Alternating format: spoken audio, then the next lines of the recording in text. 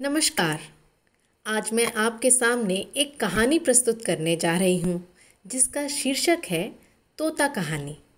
ये कहानी लिखी थी रविंद्रनाथ टैगोर ने और ये छपी थी सबुज पत्र नाम के एक बंगाली मैगज़ीन में 1918 में। मुझे ये कहानी पढ़कर ताज्जुब हुआ कि ये कहानी 1918 में लिखी गई थी, जबकि आज भी इस कहानी का हमारे साथ बहुत गहरा रिश्ता है। अब इस कहानी के बारे में मैं ज़्यादा नहीं बोलना चाहती, आप खुद ये कहानी सुनिए और फिर महसूस करिए कि किस तरह से 1918 से लेकर आज तक ये कहानी ख़त्म ही नहीं हुई। तो एक था तोता, वो बड़ा मूर्ख था। गाता तो था पर शास्त्र नहीं पढ़ता था। उछलता था, फुदकता था, उड़ता था, पर ये नहीं जानता था कि कायदा कानून किसे कहते हैं। राजा बोले, ऐसा तोता किस काम का?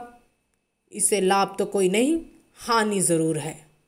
जंगल के फल खा जाता है, जिससे राजा मंडी के फल बाजार में टोटा पड़ जाता है। मंत्री को बुलाकर कहा, इस तोते को शिक्षा दो। तोते को शिक्षा देने का काम राजा के भांजे को मिला। पंडितों की बैठक हुई। विषय था उक्त जीव की अविद्या का कारण क्या है। हाँ, उक्त जीव की अविद्या का कारण क्या है। बड़ा गहरा विचार हुआ। सिद्धांत ठहरा, तोता अपना घोंसला साधारण खरपात से बनाता है। ऐसे आवास में विद्या नहीं आती। इसलिए सबसे पहले तो ये आवश्यक है कि इसके लिए कोई बढ़िया सा पिंजरा बना दिया जाए। राज पंडितों को दक्षिणा मिली और वे प्रसन्न होकर अपने अपने घर गए। सुनार बुलाया गया। वो सोने का पिंजरा तैयार करने में जुट पड़ा। पिंजरा ऐसा अनोखा बना कि उसे देखने के लिए देश विदेश से लोग टूट पड़े। कोई कहता शिक्षा की तो इति हो गई, कोई कहता शिक्षा ना भी हुआ तो क्या, पिंजरा तो बना।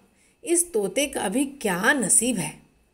सुनार को थैलियां भर भर कर इनाम मिला। वो उसी घड़ी अपने घर की ओर रवाना हो गया। पंडित जी तोते को विद्या पढ़ाने बैठे। नस लेकर बोले, ये काम थोड़ी पोथियों का नहीं है। राजा के भांजे ने सुना। उन्होंने उसी समय पोथी लिखने वालों को बुलवाया। पोथियों की नकल होने लगी। नकलों के और नकलों की नकलों के पहाड़ लग गए। जिसने भी देखा उसने यही कहा कि शाबाश, इतनी विद्या के धरने को जगह भी नहीं रहेगी। नकल नवीसों को लद्दू बैलों पर लाद लाद कर इनाम दिए गए। वे अपने अपने घर की ओर दौड़ पड़े। उनकी दुनिया में तंगी का नामो निशान भी बाकी न रहा। दामी पिंजरे की देख रेख में राजा के भांजे बहुत व्यस्त रहने लगे। इतने व्यस्त कि व्यस्तता की कोई सीमा न रही। मरम्मत के काम भी लगे ही रहते। फिर झाड़ू, पोंछ और पालिश की धूम भी मची ही रहती थी।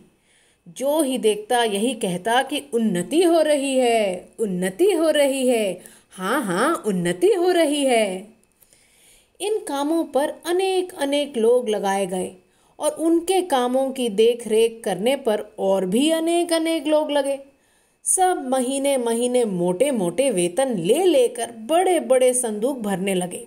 वे और उनके चचेरे ममेरे मौसेरे भाई बंद बड़े प्रसन्न हुए और बड़े बड़े कोठों बालखानों में मोटे मोटे गद्दे बिछाकर बैठ गए। संसार में और अभाव तो अनेक हैं, पर निंदकों की कोई कमी नहीं है। एक ढूंढो हजार मिलते हैं। वे बोले, पिंजरे की तो उन्नति हो रही है, पर तोते की खोज खबर लेने वाला कोई नहीं है। बात राजा के कानों में पड़ी। उन्होंने भांजे को बुलाया और कहा, क्यों भांजे साहब, ये कैसी बात सुनाई पड़ रही है?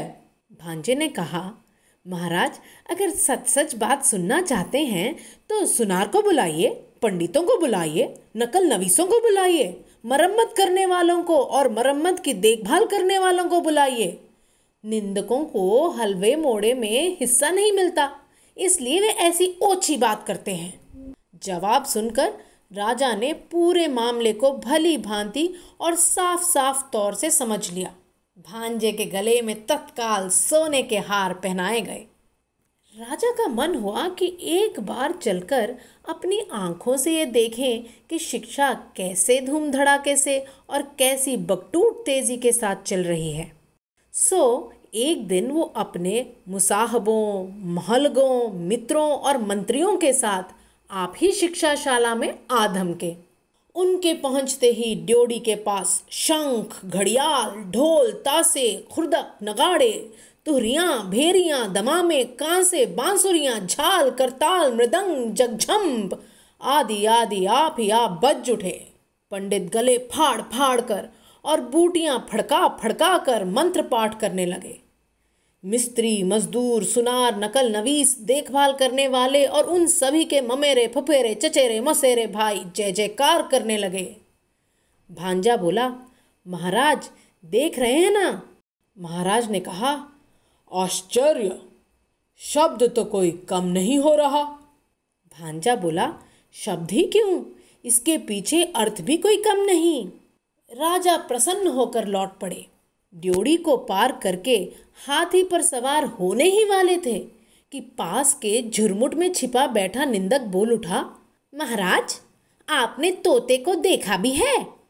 राजा चौंके, बोले, अरे हाँ, ये तो मैं बिल्कुल भूल ही गया था, तोते को तो देखा ही नहीं।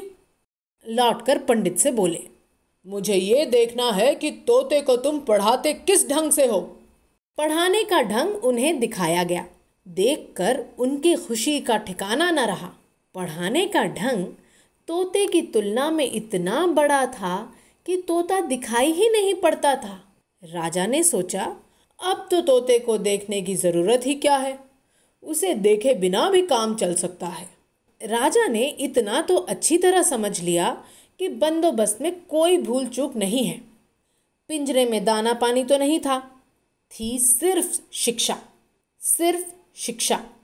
हाँ, सिर्फ शिक्षा। यानी ढेर की ढेर पोथियों के ढेर पन्ने फाड़ फाड़ कर कलम की नोक से तोते के मुंह में घुसेड़े जाते थे। गाना तो बंद हो ही गया था। चीरने चिल्लाने के लिए भी कोई गुंजाइश नहीं छोड़ी गई थी। तोते का मुंह ठसाठस भरकर बिल्कुल बंद हो गया था। देखने वालों के रोंगटे खड़े हो जाते। अब दोबारा जब राजा हाथी पर चढ़ने लगे तो उन्होंने कान उमेटू सरदार को ताकीद कर दी कि निंदक के कान अच्छी तरह उमेट देना।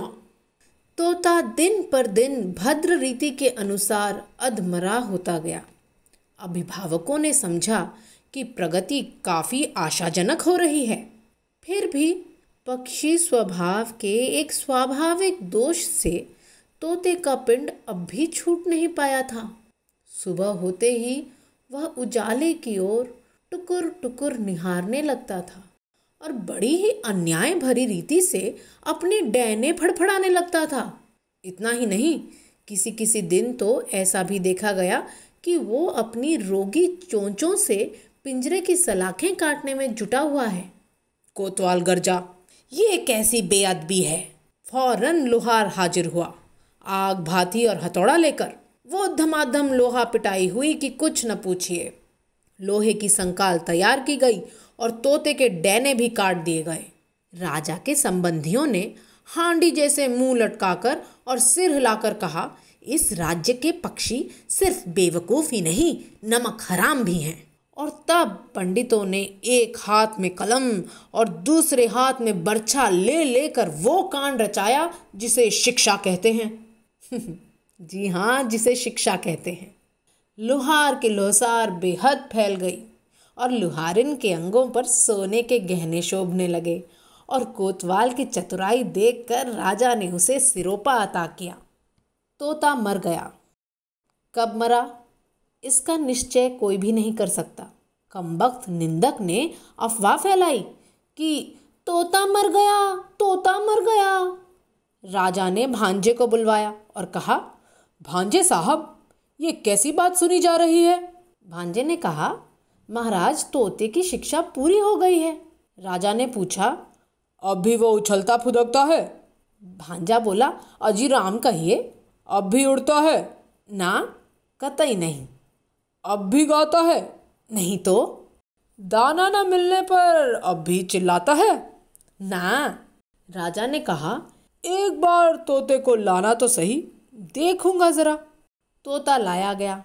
साथ में कोतवाल आए, प्यादे आए, घुड़सवार आए। राजा ने तोते को चुटकी से दबाया। तोते ने न हाँ की न हूँ की। हाँ, उसके पेट में पोथियों के सूखे पत्ते खड़खड़ाने ज़रूर लगे। बाहर नव वसंत की दक्षिणी बयार में नव पल्लवों ने अपने निश्वासों से मुकुलित वन के आकाश को आकुल कर दिया।